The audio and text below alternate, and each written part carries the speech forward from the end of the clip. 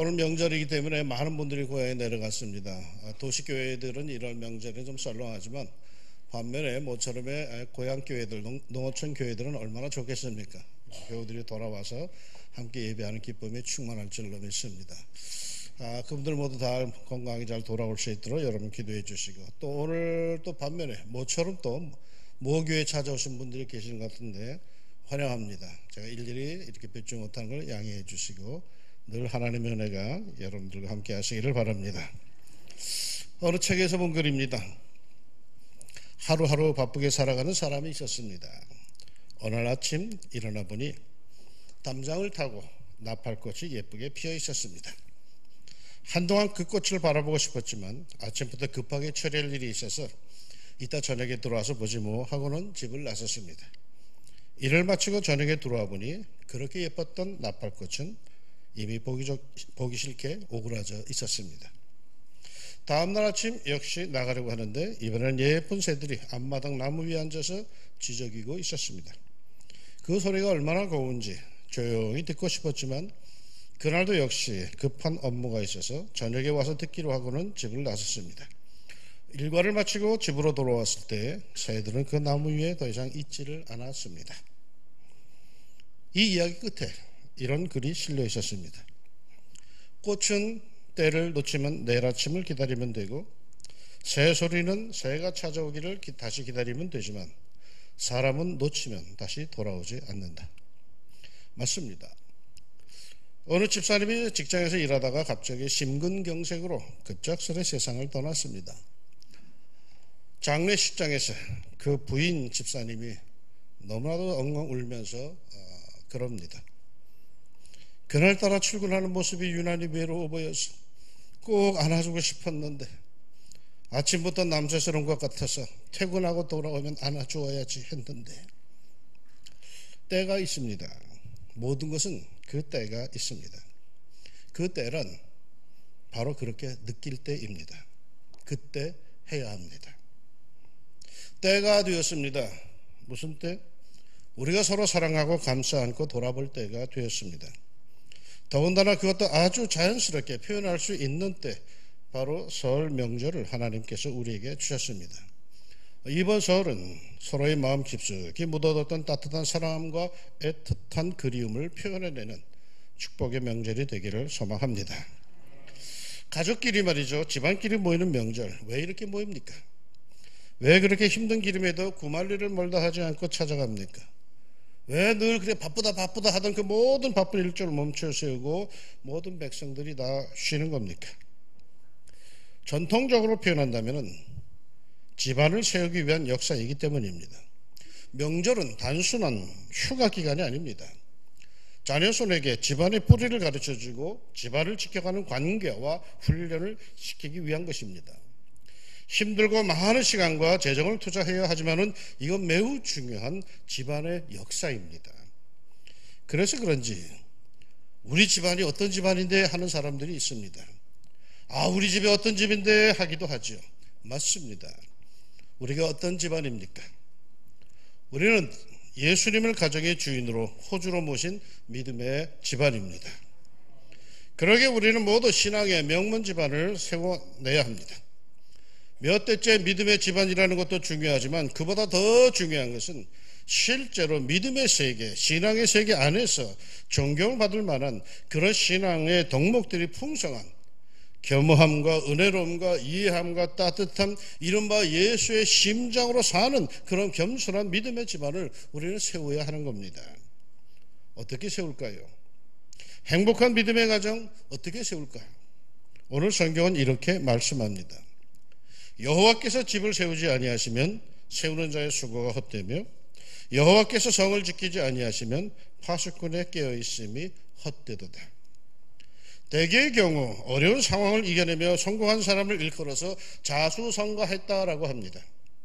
자수성가했다 이 말의 문자적인 의미는 자신의 손으로 스스로 무언가를 해서 가정을 이루었다라는 말이죠.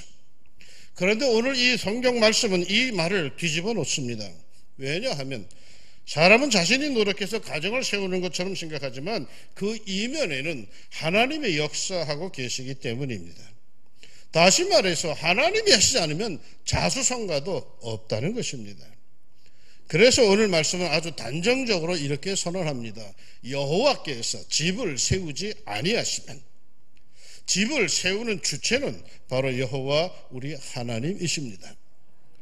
다른 사람들은 몰라도 하나님을 믿는 사람이라면 이 점에 대해서 아주 분명해야겠죠. 집을 세우는 것 내 능력으로 되는 거 아닙니다. 내가 밤잠 안 자고 일하며 산다고 되는 거 아닙니다. 여호와께서 집을 세워주시지 않으면 아무리 애쓰고 수고를 해도 안 되는 겁니다. 물론 우리의 수고가 있죠. 우리의 깨어있음이 있죠. 두 눈을 부릅뜨고 바라보고 지켜보는 게 있죠. 그런데 그런다고 우리가 다 성공을 한다? 그런다고 우리가 다 우리의 집을 세우고 지킨다? 아닙니다. 성경은 말씀하시기를 여호와께서 집을 세우지 아니하시면, 여호와께서 성을 지키지 아니하시면, 즉 하나님께서 세우시고 지키셔야 합니다. 그렇다면 집을 세우고자 하는 간절함이 있다면 여호와를 의지해야 될 겁니다. 여호와가 세우시지 않으면 설 수가 없기에 여호와를 의지해야만 합니다. 여호와를 의지하고 맡길 때 그의 능력은 집은 세워집니다. 그러면 여호와를 의지하는 것은 어떻게 하는 것일까요? 그냥 가만히 있으면 되는 겁니까? 믿습니다라고만 하고 있으면 됩니까? 세월이 흘러가는 대로 그냥 내버려두면 되는 겁니까? 아닙니다. 기도해야 합니다. 기도는 하나님을 의지하는 가장 단순하면서도 분명한 방법입니다. 기도하는 사람이 하나님을 믿는 사람입니다. 여러분의 가정이 하나님의 은혜 안에서 건강하게 세워지기 위해서는 가정이 올바르게 강건하게 세워지는 것을 소망하며 항상 기도해야 합니다. 하나님을 의지하는 가정은 하나님께 기도가 풍부한 그런 집안입니다. 특별히 말이죠, 부모님을 향한 기도가 있어야 합니다. 더욱이 불신의 부모님을 위한 기도가 꼭 있어야만 합니다. 한 어린 소녀가 희귀병에 걸려서 고통을 받고 있었습니다. 이 소녀는 병원의 간호사를 통해서 복음을, 예수님을 받아들였죠. 이때부터 이 소녀는 질병의 고통이 없는 하나님의 나라를 사모하게 됩니다. 그리고는 자신이 들은 그 복음을 부모님에게도 전하였습니다. 그러나 이 부모님은 완고했습니다. 내 말대로 하나님이 천국에 있다고 하자. 그리고 그 하나님이 사랑이 많으신 분이라고 하자. 그렇다면 아무 죄도 없는 너를 이렇게 고통받게 하는 이유가 뭐냐? 정말 그분이 살아있고 너를 사랑한다면 너를 고쳐줘야 맞지 않겠네? 부모님은 도리어 그 복음을 듣고 분통을 터뜨립니다. 이 부모님의 심정 이해할 만하지 않습니까? 그러나 소녀는 낙심하지 않고 부모님을 설득해 나갑니다. 딸의 마지막 소원이라는 말에 어머니는 마침내 복음 앞에 무릎을 꿇고 예수를 영접합니다. 그러나 아버지는 아주 완고합니다.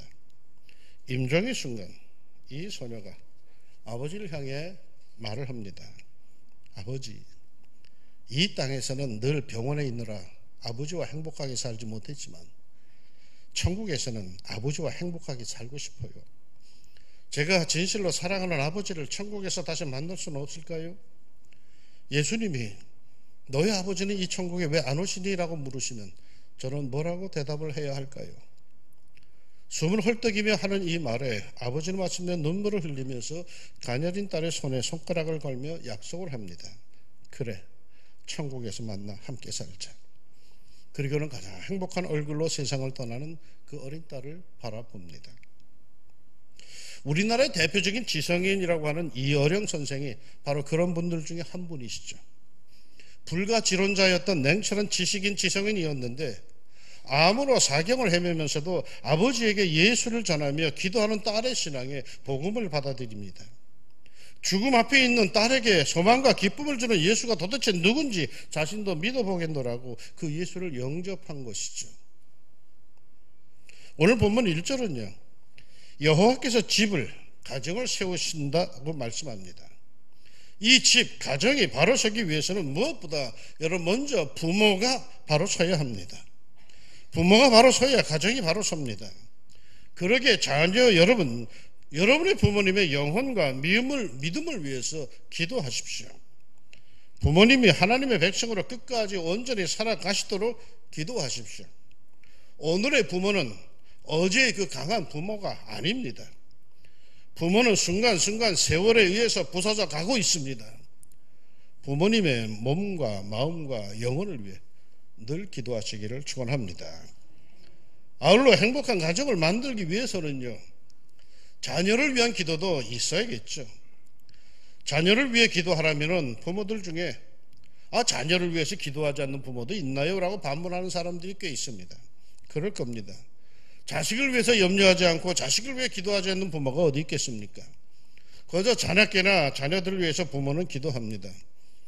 그런데 자녀의 무엇을 위해서 기도하고 계십니까? 오늘 본문 3절, 보라, 자식들은 여호와의 기업이요 태의 열매는 그의 상급이로다. 자식은 하나님이 주신 기업이라고 분명히 말씀하십니다. 그러면 자식의 궁극적인 소유권은 누구에게 있다는 말일까요? 하나님께 있다는 말씀입니다. 자식은 내 욕망의 성취의 대상이 아니라는 거예요. 자식은 자기의 꿈을 이루어주는 대상이 아니라는 거예요. 자식은 내 것이 아닙니다. 성경은 분명히 말합니다. 자식은 여호와의 기업, 하나님의 것입니다. 한때 우스갯소리로 공부 잘하는 아들은 국가의 아들이고 머리 좋은 아들은 회사의 아들이고 돈 잘 버는 아들은 장모의 아들이고 백수 건달은 영원한 내 아들이라고 하지만 아니에요. 모든 자식은 다 하나님의 자녀입니다. 하나님의 것입니다. 사무엘상 1장에 보면은 아이를 낳지 못해서 고통받고 있는 여인 한나의 이야기가 나옵니다.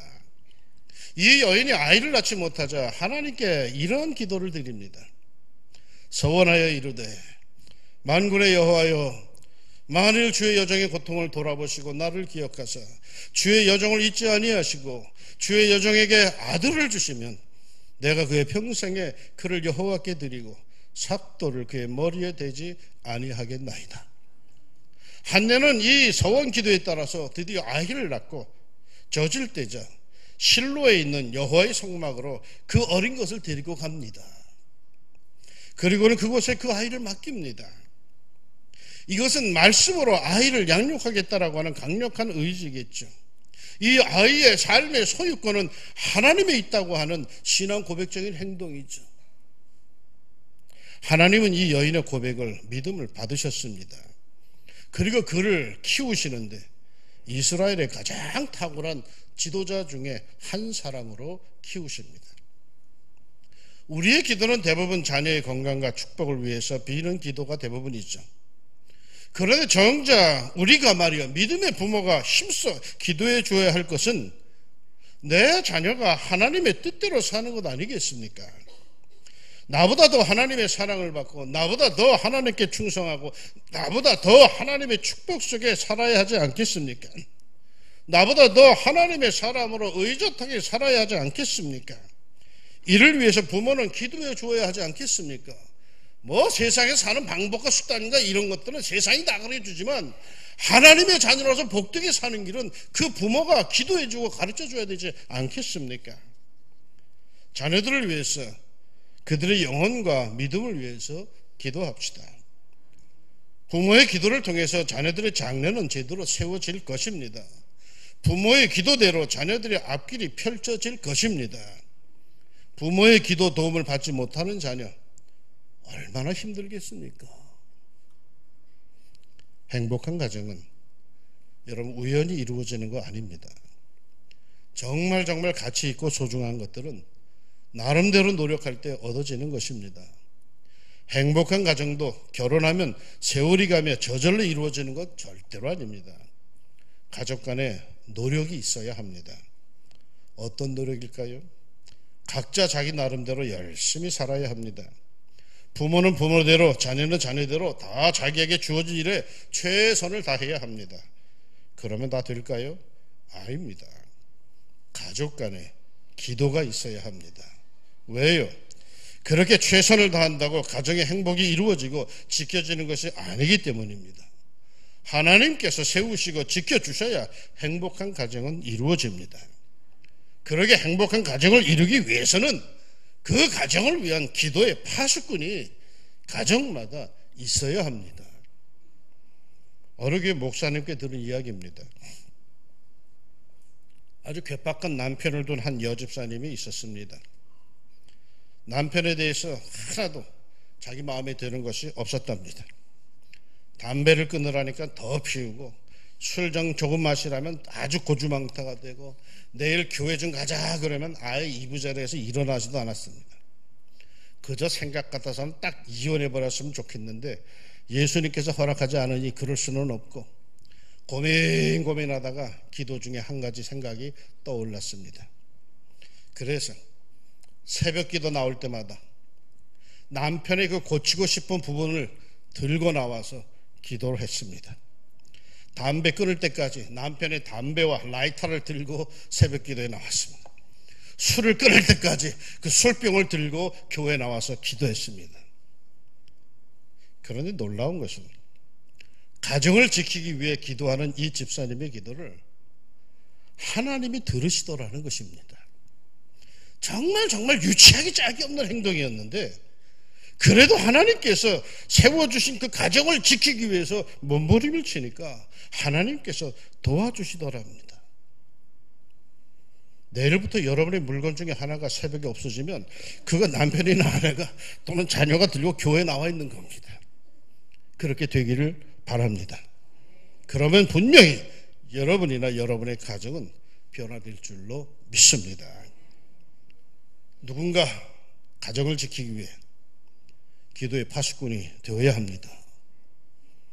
부모를 위한 파수꾼, 자녀를 위한 파수꾼, 부부를 지키고 가정을 지키기 위한 기도의 파수꾼, 정말 가정을 위해 부르짖는 파수꾼이 있으므로 우리 가정의 행복은 보장이 됩니다.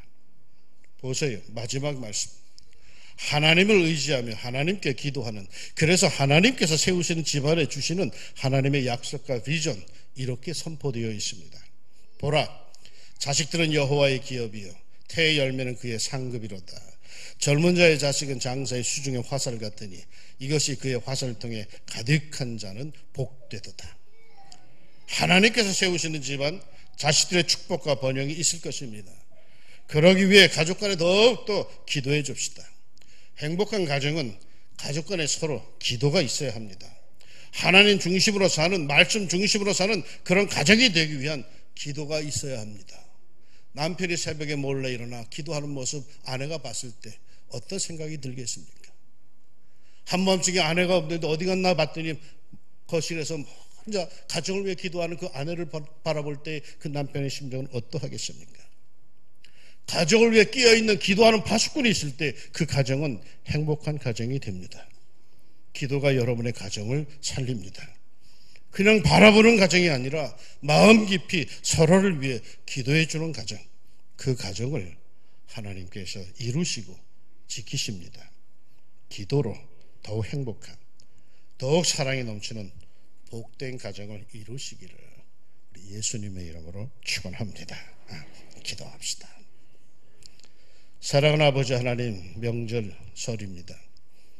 모든 가족들이 함께 만나는 시간이죠. 우리 왕중 가족들 중에 또 상당한 사람들이 다 자기의 고향으로 혈육을 찾아 내려갔습니다. 아마 지금쯤은 고향교회에서 하나님께 예배하고 있지 않나 생각이 듭니다. 가서 너희도 그렇게 살라고 하신 그 말씀 그대로 품에 안고 그들 다 자기의 고향으로 자기의 혈육을 찾아갔습니다. 그 만남에 주님 은혜를 주시고 사랑을 주시고 복을 주셔서 저들이 뿌린 아름다운 씨앗들, 신앙의 씨앗들이 고향 땅에 아름답게 결실할 수 있도록, 피어날 수 있도록 하나님 복을 더하여 주옵소서. 서울에 남아있는 우리는 함께 모여서 주의 말씀을 받습니다. 행복한 가정을 이루기 위해서 우리 모두 다 최선을 다해 살게 하시되, 특별히 하나님께서 우리 가정을 세우신다는 걸 잊지 않게 해주시고 그 하나님께 늘 기도하는 저희들이 되게 하여 주옵소서. 무엇보다 부모님들 위해서 많이 기도하게 하시옵소서. 부모님은 늘 우리가 받기만 한 처지였는데 그 부모님들, 어제의 부모님, 오늘의 부모님 다르다는 사실을 알게 하여 주시고 부모님의 삶을 위해서, 그 영혼을 위해서, 그 믿음을 위해서 하나님 늘 붙잡아 주십시오. 기도할 수 있는 자녀들이 되게 하여 주시고 한 걸음 더 나가서 부모들은 자녀들의 믿음의 삶을 위해서 늘 기도할 수 있게 하여 주시사 부모가 기도하는 대로, 부모가 축복하는 대로 그 자녀선들이 쭉쭉 뻗어나갈 수 있도록 하나님 은혜를 더하여 주옵소서. 우리는 믿음의 가족, 왕중 가족입니다. 예수님을 섬기는 믿음의 가정이오니 주님, 주님이 주신 약속과 축복이 모든 가정들에 늘 넘쳐나게 하옵소서. 행복한 왕중 가정을 이루시기를 원하오며 예수님의 이름으로 기도합니다. 아멘.